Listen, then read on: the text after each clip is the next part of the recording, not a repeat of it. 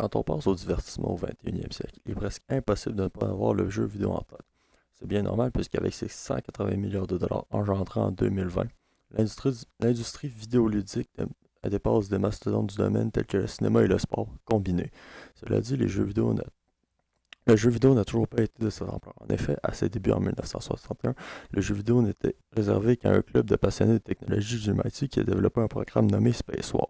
Son but était très simple. Deux vaisseaux contrôlés par des joueurs qui doivent tirer sur l'autre pour gagner la partie.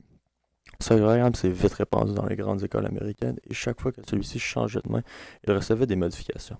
L'une des personnes qui a pu jouer à Space War était nul autre que Nolan Bushnell. Ce jeune étudiant a très vite senti le potentiel du jeu vidéo sur le marché du divertissement et avec un capital de départ de 500$, il fonda sa compagnie de jeux vidéo en 1972, Atari. Pour se financer dans ses débuts, la compagnie ne faisait que réparer les bornes de jeux de pinball et à la fin de cette même année, Atari proposait le premier prototype de la bande d'arcade qui allait la rendre célèbre, Pong. La mise en vente de ce jeu fut un succès monumental alors qu'une borne de pinball régulière amassait 50$ par semaine. Les gains des jeux Pong avoisinaient les 200$.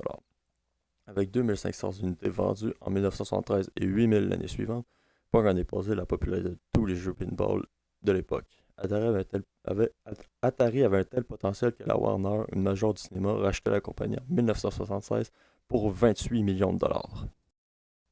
Parallèlement, d'autres grosses compagnies se penchent aussi sur le jeu vidéo telles que Mattel ou Philips. Cependant, c'est bien Atari qui restera comme le numéro 1 dans l'industrie, surtout avec la sortie en 1977 de la Video Game System, aussi connue sous le nom d'Atari 2600. Première console à cartouche de la compagnie, elle est vite devenue la console la plus populaire de son temps. En termes de chiffres, à la fin des années 70, les ventes d'Atari 2600, consoles et jeux dépassaient les 2 milliards de dollars.